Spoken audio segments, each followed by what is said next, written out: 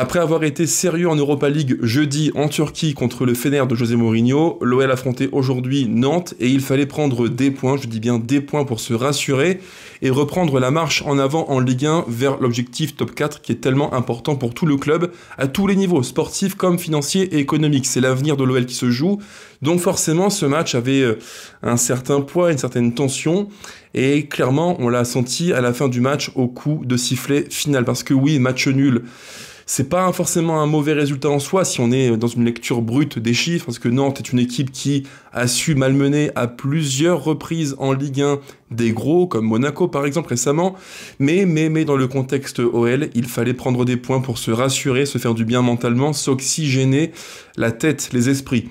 Et malheureusement, l'histoire du match, c'est un peu comme une claque qu'on nous met à la tronche et qui nous rappelle que non, nous ne sommes pas guéris malheureusement les amis, car nos temps faibles sont vraiment faibles, et quand c'est vraiment faible, on recule beaucoup, et quand cet OL-là qui n'a pas l'assurance tout risque recule, malheureusement, 3 fois sur 4, ça se conclut par une grosse occasion pour l'équipe adverse, voire plus, si affinité malheureusement. Bref, salut à tous, c'est Legon, salut YouTube, c'est Mika, et très heureux malgré tout, malgré ce match encore une fois décevant, de vous retrouver pour le débrief du match, et donc parler un petit peu de ce Nantes OL, parce qu'il y a beaucoup de choses à dire. Avant de commencer, pensez au petit pouce qui fait très plaisir, j'insiste, c'est super important, ça prend 2 secondes, donc on clique en dessous de la vidéo le petit pouce, on s'abonne si vraiment on aime le contenu, et on active la cloche pour ne rien manquer sur la chaîne, merci par avance les amis. Et donc on commence par un match qu'on va tenter d'analyser le plus précisément possible, parce que, alors autant parfois il y a des matchs qui sont compliqués à lire, parce qu'il y a tellement de phénomènes qui se passent dans un match, des phénomènes parfois limite inexplicables,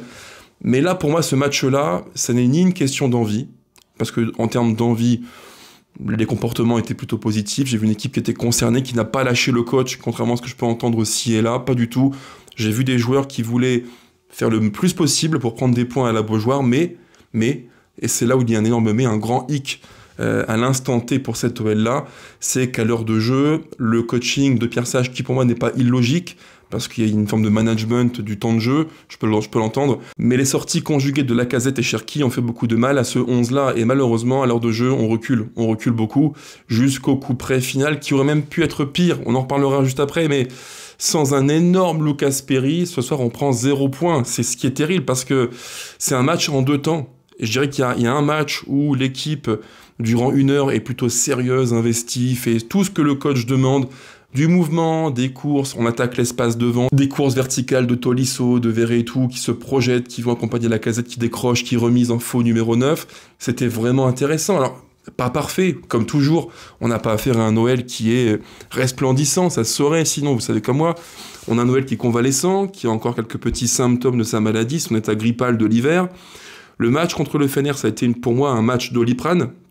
Je l'ai dit en vidéo lors du débrief, parce que durant 1 heure, l'OL fait quasiment tout bien, à peu de choses près. Alors oui, il a manqué le geste final, la conclusion, symbolisée par des occasions manquées, pas conclues par Lacazette ou aussi par Mikotadze.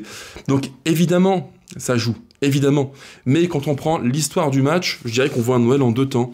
Un Noël qui a 2 visages, un Noël qui peut sur 1 heure, comme je l'ai dit, être bon dans les intentions, dans les mouvements, parce qu'il y a plein de séquences de jeu qui sont intéressantes, et on retrouve un Noël qui, par moment du match, peut littéralement geler le ballon. Alors c'est pas des temps extrêmement longs, c'est pas des temps dignes du PSG de Luis Enrique, mais c'est des temps de possession qui sont quand même rassurants, qui montrent qu'on n'a pas tout perdu. Il y a eu durant les 45 premières minutes, je dirais 3-4 moments du match, où tu sens que l'OL a le pied sur le ballon, la main mise, on est en bloc relativement haut, Matic à la baguette, qui est le premier relanceur, et tu trouves très vite Cherki qui temporise et qui peut, sur une inspiration, une passe verticale, créer une différence. Ça a duré environ, alors les plus pessimistes diront une mi-temps, moi je dirais pratiquement 1 heure, alors oui, en seconde mi-temps on revient, on est moins bien, c'est vrai, mais je dirais quasiment 1 heure, voilà, pratiquement 1 heure. Et effectivement, il faut l'admettre, une fois le but de Nuam, alors en plus il faut le dire, hein, le but de l'OL est très beau dans la conception, c'est un but que j'aime beaucoup, parce qu'on voit durant toute la séquence de jeu que chacun bouge les uns par rapport aux autres, et tous les choix sont faits avec intelligence. Ça m'a plu, le but du 1-0 pour l'OL, c'est un but magnifique en tout point. En fait, on manque de continuité, pour différents motifs que j'évoque souvent en vidéo.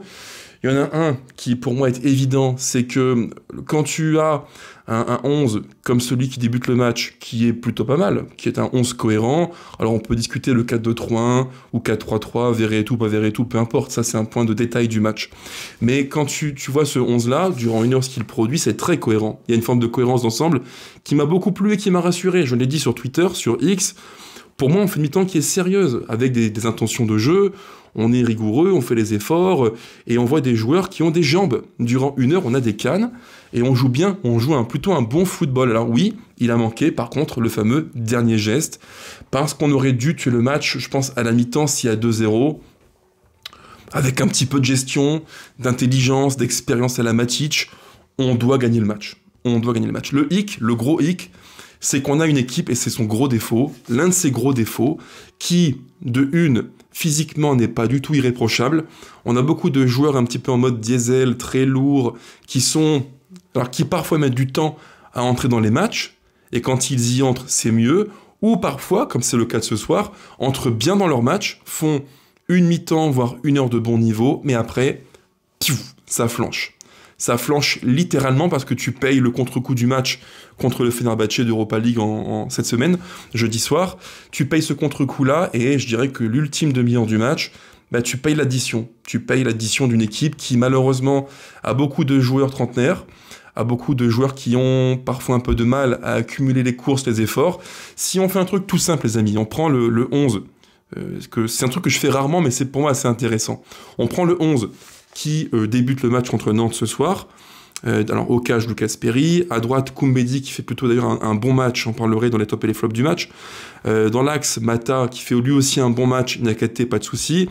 Tagliafico, on sait très bien à quel point il est important et central dans le plan de jeu de Pierre Sage, mais dans le cœur du jeu, la salle des machines, c'est là où pour moi il y a un vrai souci, parce que là, durant une heure, Tolisso, Verretou, Matic font, alors à des degrés divers, mais font un bon match. Matic, pour moi, c'est mon homme du match. Je le dis, ce qu'il fait encore, après le match du Fener, c'est de très haut niveau, mais il y a un mec qui est immense, ça ne dure qu'une heure.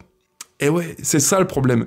C'est qu'on a un Noël qui, sur une heure, a une emprise technique, on ne laisse que des miettes à Nantes, mais physiquement, une fois l'heure de jeu passée, ça plonge. Ça plonge. Et ça, c'est un constat qui est inhérent aux caractéristiques du groupe, de l'effectif de Pierre Sage. Quand tu prends les profils que j'évoquais, Tolisso, qui d'ailleurs, il faut le dire, est quand même moins bien depuis, je dirais, un mois. Physiquement, on n'a pas récupéré le Tolisso qu'on avait avant la trêve hivernale, pas du tout. Je trouve qu'il est moins bien, et physiquement, il accuse le coup. En Turquie, jeudi soir, aux environs, alors je sais plus quand, je crois que c'est au niveau de l'heure de jeu, je l'ai vu les mains sur les hanches, très fatigué, et ce soir, rebelote, très fatigué aussi. Et ça joue. Parce que quand tu as dans ce 11 des joueurs qui sont essentiels comme Tolisso, comme Cherki, comme Matic et que les trois, ou d'autres que j'oublie évidemment, mais quand les trois perdent en influence sur le jeu pour des raisons avant tout physiques, parce que oui, ce soir c'est, je pense, physique, c'est pas mental, c'est physique, on recule parce qu'on est moins bien physiquement. Quand tu recules, quand tu perds les 2-3 éléments phares du 11 qui sont influents, tu patines. Donc c'est pas, pour moi c'est pas illogique. Je dirais que ce match-là, il y a une forme de logique à ce qu'il se finisse comme ça. Parce que cet OL-là, et c'est inhérent à nos qualités et nos défauts, a beaucoup d'expérience, des profils de joueurs qui peuvent temporiser, qui sont bons techniquement, c'est vrai, mais par contre, il y a 2-3 points négatifs, un manque de mobilité, que compense tant bien que mal Pierre Sage en demandant à Tolisso de faire des courses verticales de projection, mais c'est clairement pas suffisant. Et donc une limite liée à la condition purement physique. On finit très mal le match, je trouve, vraiment émoussé. Et c'est pas non plus illogique que du côté de Nantais, aux environs de l'ultime quart d'heure du match, quand Nantes pousse pour aller prendre des points, et qu'il faut rentrer Mohamed en pointe, bah oui, super joueur de tête, ils vont te mettre des centres, il y en a bien un sur les 10 qui fera mouche, et on est en plein dedans, c'est tout, c'est comme ça. Pour moi ce soir, les amis, et c'est mon second thème de la vidéo, c'est pas du tout une question de coaching, pas du tout. Il y a des matchs où j'ai vraiment eu beaucoup de mal à comprendre Pierre Sage, parce que je trouvais que les choix étaient bizarroïdes, mal pensés, mal sentis, ou parfois à l'encontre de ce que voulait le jeu. Mais ce soir, qu'il sorte à la 63e, 4e minute de jeu, Lacazette, Cherki, c'est pas illogique. Lacazette joue en Turquie, je crois, 50 minutes dans mon souvenir. Cherki en joue beaucoup plus. Voilà, ils font ce soir 1 heure de jeu tous les deux. C'est beaucoup, on le sait, c'est pas des gros moteurs physiques. Cherki n'en est pas un, pas de surprise. Lacazette a 33 ans, il faut aussi le ménager. La vraie question ce soir, c'est qu'est-ce que t'as apporté le banc? Et la réponse, elle est simple, pas grand-chose. Pas grand-chose, malheureusement, pas grand-chose. Mikotadze, que j'aime beaucoup, fait un match en Turquie très moyen, à la finition très moyen, vraiment moyen. Et ce soir, son entrée, elle est pas bonne. Pas bonne, un déchet technique fou, beaucoup trop fort, et de haut jeu, c'est pas bon. Pas bon, voilà, faut le dire. Voilà, faut être honnête, objectif ce soir. Mikotadze comme numéro 9, c'est insuffisant. Parce que dos au jeu, Lacazette a été bon durant 1 heure, dos au jeu, appui, remise, très bon, dans un rôle de 9,5, faux 9 on va dire, mais quand il sort, tu sens que l'équipe recule parce qu'on n'arrive plus à trouver ce relais haut qui va garder les ballons, les conserver, les bonifier, et en plus tu perds Cherki qui est ce joueur qui va te bonifier l'animation globale de l'équipe. Parce que oui, il faut le dire, encore et encore, cette OL-là est une équipe qui n'est pas inintéressante, il y a des principes de jeu qui sont beaux et sympas à voir. Mais quand tu retires Cherki, qui est l'élément, le facteur X du 11, qui transforme l'équipe d'une équipe scolaire à une équipe brillante, ça se voit. Et même, j'ai envie de vous dire, c'est en ça que c'est terrible, c'est un constat qui est terrible, mais qui est implacable, même un Cherki, qui est parfois, comme ce soir, un petit peu en mode dilettante, avec 2, 3, 4, 5 touches de balle, il en fait trop, perte de balle, et dans la foulée, au casse pour Nantes, ça a été le cas ce soir, il faut le dire, malgré ça, il reste un joueur déterminant. Eh ouais, déterminant.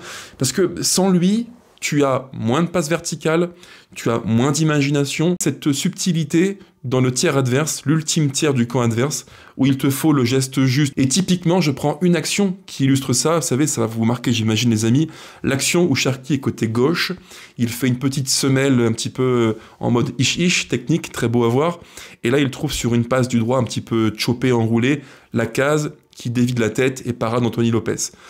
Voilà, c'est typiquement ça ce que t'apporte Cherki, une passe créative, une dose d'inventivité dans le camp adverse. Et quand tu le perds, quand il est moins bien, quand il sort, je le dis encore et encore, l'OL patine, l'OL se grippe. Malheureusement, c'est tout, c'est comme ça. Et l'une des questions que beaucoup se posent, parce que je vous connais, vous, les petits coquins qui allez me dire en commentaire, Mika, tu défends trop le coach, il est menacé, il va partir, je vous connais, évidemment. Mais pour moi, ce soir, les amis, ça n'est pas la faute du coach. C'est purement une question de profil d'équipe, de profil de joueur et d'insuffisance de l'apport du banc.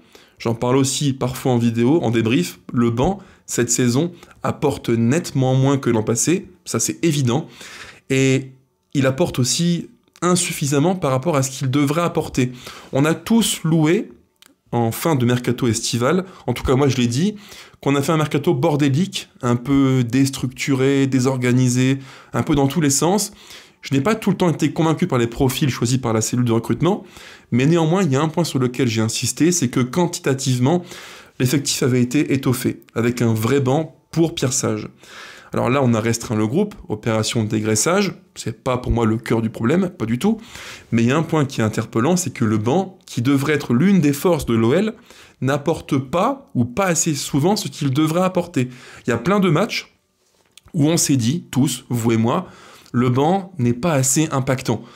Entrée de un tel, qu'est-ce qu'il apporte de plus que le titulaire? Pas grand-chose. Et au final, quand on prend l'histoire des matchs depuis fin août, combien de fois, à combien de reprises a-t-on vu un match de l'OL basculer, être renversé grâce au banc?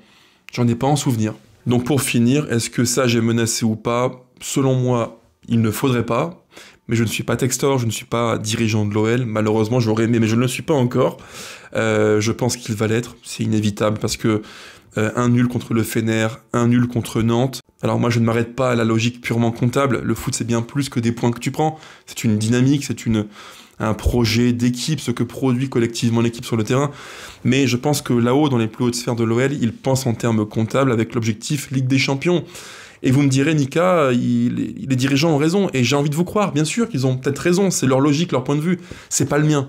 Mais en termes purement comptables, oui, on n'est pas dans les clous, c'est vrai. Parce que sur ce thème-là, j'ai vraiment un avis très tranché, clair et précis. Pour moi, quand tu changes de coach, quand tu appuies sur le bouton on dégage le coach, on le vire, c'est pour deux raisons qui sont assez évidentes. C'est soit un manque de points, de résultats, soit, ou alors donc et/ou les deux, quand l'équipe a lâché le coach. Est-ce que l'équipe a lâché le coach? La réponse est claire, c'est non. Ils l'ont dit face caméra au micro, Ce soir, ils l'ont, je pense, montré aussi, ils n'ont pas lâché le coach. En termes de résultats, est-ce insuffisant? Oui, ça c'est vrai. En Europa League, c'est plutôt pas mal. En Ligue 1, on est à 1,6 points par match, c'est clairement insuffisant. Mais, j'ai envie de vous dire, est-ce que changer de coach pour mettre à la place Fonseca ou qui vous voulez, peu importe, je m'en fiche, prenez qui vous voulez, est-ce qu'un coach autre que Pierre Sage pourra faire mieux avec cet effectif-là? J'ai beaucoup de mal à croire, les amis, je vous le dis franchement, qu'un nouveau coach puisse, comme ça, faire œuvrer l'OL, non pas à 100%, mais à 120, 130%. Parce que oui, là aussi, il faut être objectif et lucide. Cet OL-là, pour être dans le top 4 en Ligue 1, donc avec Paris, Monaco, Lille, Marseille, et est-ce qu'un coach peut, avec cet OL-là, peut surperformer, en tout cas faire plus que Pierre Sage? Question que je pose, vous me le direz en commentaire. Je n'ai pas un point de vue tranché, je défends le coach parce que je pense que c'est pas le facteur numéro 1, loin de là. Il y a pour moi un souci d'effectif, de contexte, de profil de joueur aussi.